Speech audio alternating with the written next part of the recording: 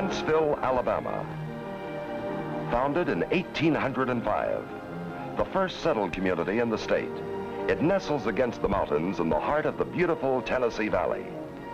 Just a few years ago, Huntsville was a quiet town, comparable to many other county seats in the South. The 1950 census recorded a population of slightly more than 16,000. The economy was geared to the land. The sound of industry was the hum of cotton gins. But today, the sound of industry and progress in this community is the bellow of a rocket motor. And that sound is the work song of Huntsville's neighbor, Redstone Arsenal.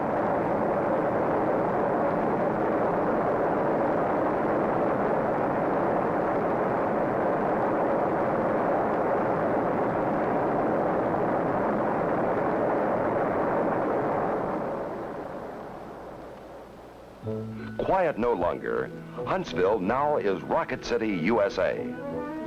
Since the Army moved its rocket program to Redstone in 1950, Huntsville has gained more than 125,000 residents.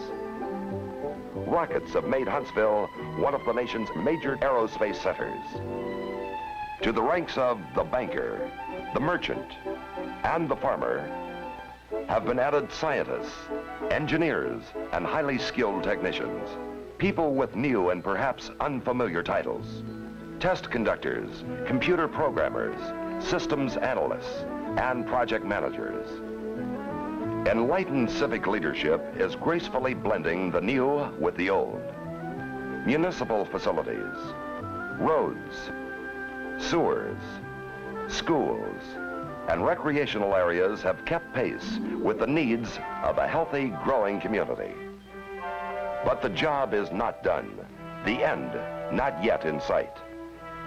More than 50 flights a day now operate from this new $20 million airport, served by major airlines. New faces arrive daily. The activities at Redstone Arsenal attract people from all walks of life, from every state in the Union. Many come on business. Many others come to stay and take an active part. Redstone is the nerve center of the Army's missile and rocket programs. It is home for the U.S. Army Missile Command, which directs a worldwide effort of the Army and American industry to arm our soldiers with the best that technology can devise. Redstone is also headquarters for the Army Missile and Munition Center and School, one of the largest educational institutions in the South, where missiles and conventional ammunition are the subjects, and military men from America and her allies are the student body.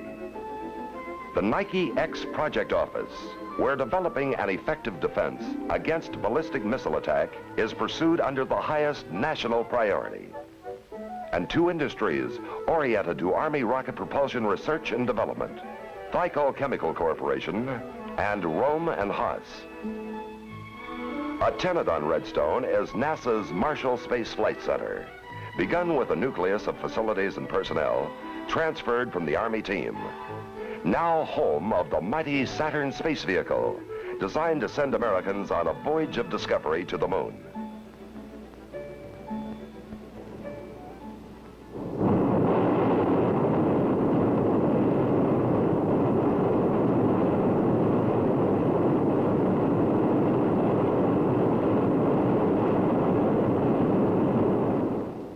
Redstone is a big place, nearly 40,000 acres stretching north from the Tennessee River.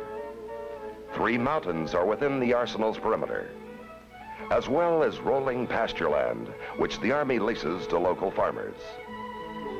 Modern communications facilities keep activities on the Arsenal in touch with one another, as well as Redstone's Army customers throughout the world. They also are but one of the many support services the Army at Redstone furnishes to its NASA neighbors.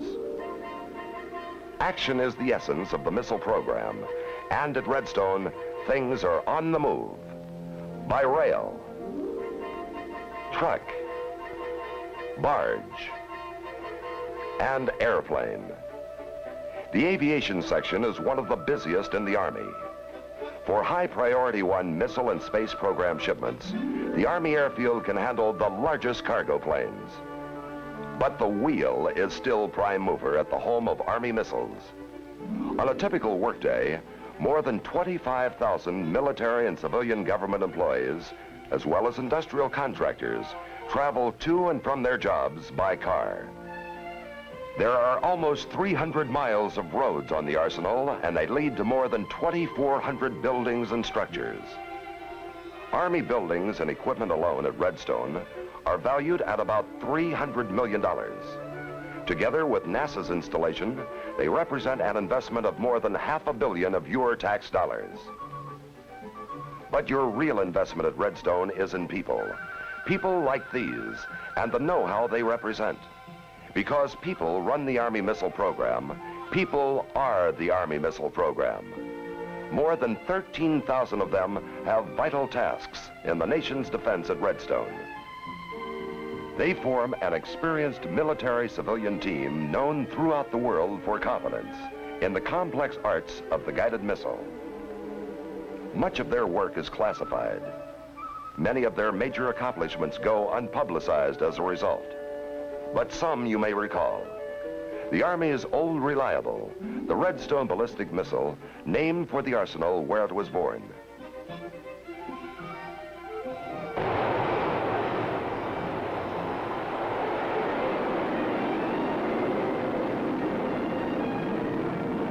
It was the Redstone that the Army team at Redstone modified to make the Jupiter-C launch vehicle used to orbit Explorer 1, the free world's first scientific Earth satellite.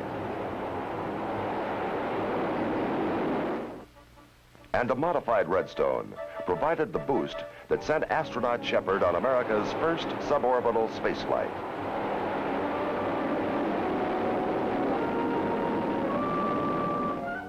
But that was yesterday. Today's work for the Army at Redstone is missiles. Missiles and rockets to do a variety of tasks for the soldier in a variety of potential conflicts.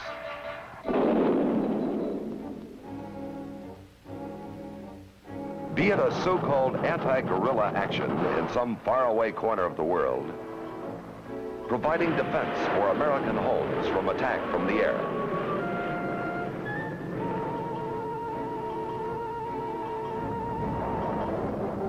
or extending the soldier's reach and striking power on some future battlefield in limited or general war. The Army activities at Redstone make sure that the soldier is ready to fight in defense of freedom, ready with the weapons that today's technology makes possible and demands. The Army's big job at Redstone is weapons system management, directing the entire operation from beginning to end. From first design through supporting operational missiles in service with Army units throughout the world. The term missile system is no misnomer. The Army team at Redstone knows there is a lot more to a missile system than the missile itself. Electrical power, communications, test and checkout gear, vehicles to move the equipment. Everything it takes to get the missile on site, ready to go. That's what the Army means when it talks about a missile system. Missile systems are not manufactured at Redstone. For that job, the Army has traditionally turned to American industry. It's big business, one that annually involves more than $1 billion of your tax dollars. More than 90 cents of every Army missile dollar goes to American industry and business. The work goes on across the length and breadth of the United States and supports thousands of jobs. The military-civilian team at Redstone manages the efforts of its industrial partners. When millions of dollars are wagered on the correctness of a technical approach, it's just good sense to have people who know what they're talking about overseeing the operation for the Army. Redstone Arsenal must see to it that the Army buys well when it buys missiles. The Army, like the housewife, shops for quality at low cost. Missiles are designed to be fired just once. They must function perfectly the first time. A soldier in combat has no time to be impressed with gadgets and fancy frills, and by eliminating them, the Army saves money while improving weapon effectiveness. Long before a weapon goes into production, however, other members of the Redstone Arsenal Army team have had their say. For people engaged in research and development, today's work is concerned with tomorrow's weapons.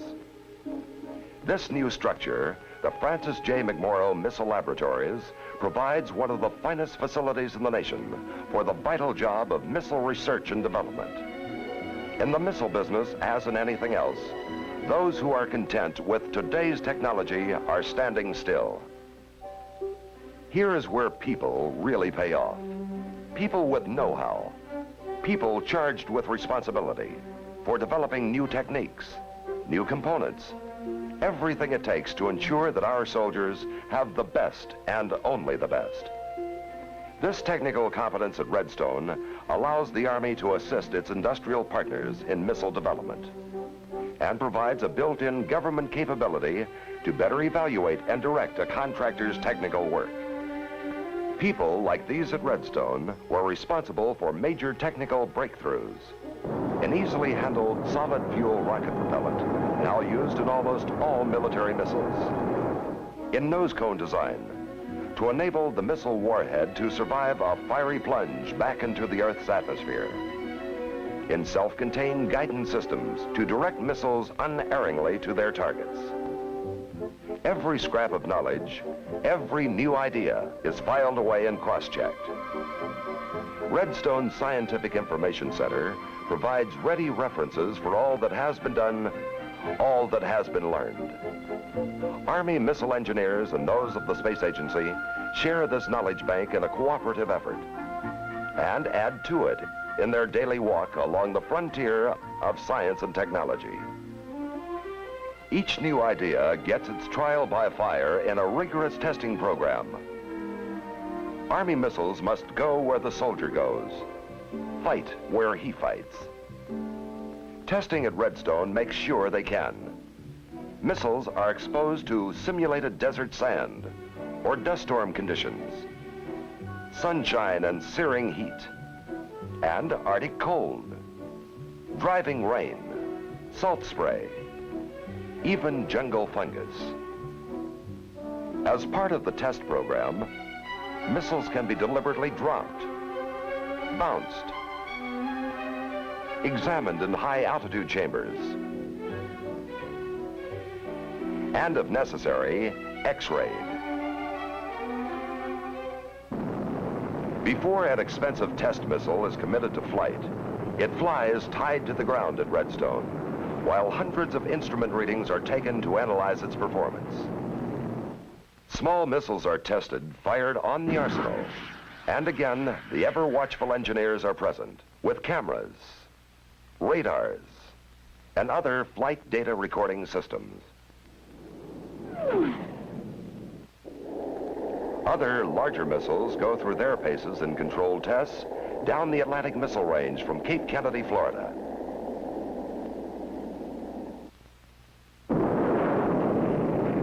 Or across the Army's Overland Test Site at White Sands Missile Range, New Mexico. Even when the missile meets the test, even after they are operational with Army forces in the field, Redstone Arsenal has a continuing responsibility. Military and civilian supply experts coordinate a worldwide network to assure that operational Army missile units receive the care and repair parts required to stay ready to go. Wherever American soldiers serve, there are Army missiles. One missile may contain hundreds of parts. One missile system has thousands. There are literally hundreds of Army missiles operational. The supply problem staggers the imagination. Yet, using the latest automatic data processing techniques, Redstone fills orders from around the world, ordering parts from stocks and Army depots or direct from manufacturers. Electronic brains help in this complex task, but they are no substitute for the real thing. People again make the difference. And at Redstone Arsenal, people like these make sure that the battle that was lost for want of a horseshoe nail will not find a counterpart in the age of guided missiles. Elsewhere at Redstone, thousands of men each year from the U.S. Armed Services and allied nations learn the complex skills of conventional ammunition, or how to keep an array of powerful missile weapons in constant readiness throughout the free world. And here again, as men meet missiles, at the end of the Redstone story, people make the difference. The end product of the Army activities at Redstone Arsenal is a stronger Army, a stronger America, a significant contribution to the defense of the United States and to the defense of freedom everywhere. That is what America's leaders have found for themselves in visits to Redstone.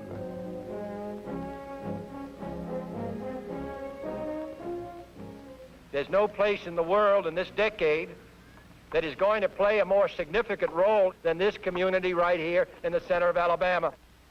And I leave this valley, this state, this region, realizing once again what a strong, great country we are, what a strong, great people we are, and we're all determined to keep it so. A strong, great country, a strong, great people, determined to keep it so. That's Redstone Arsenal.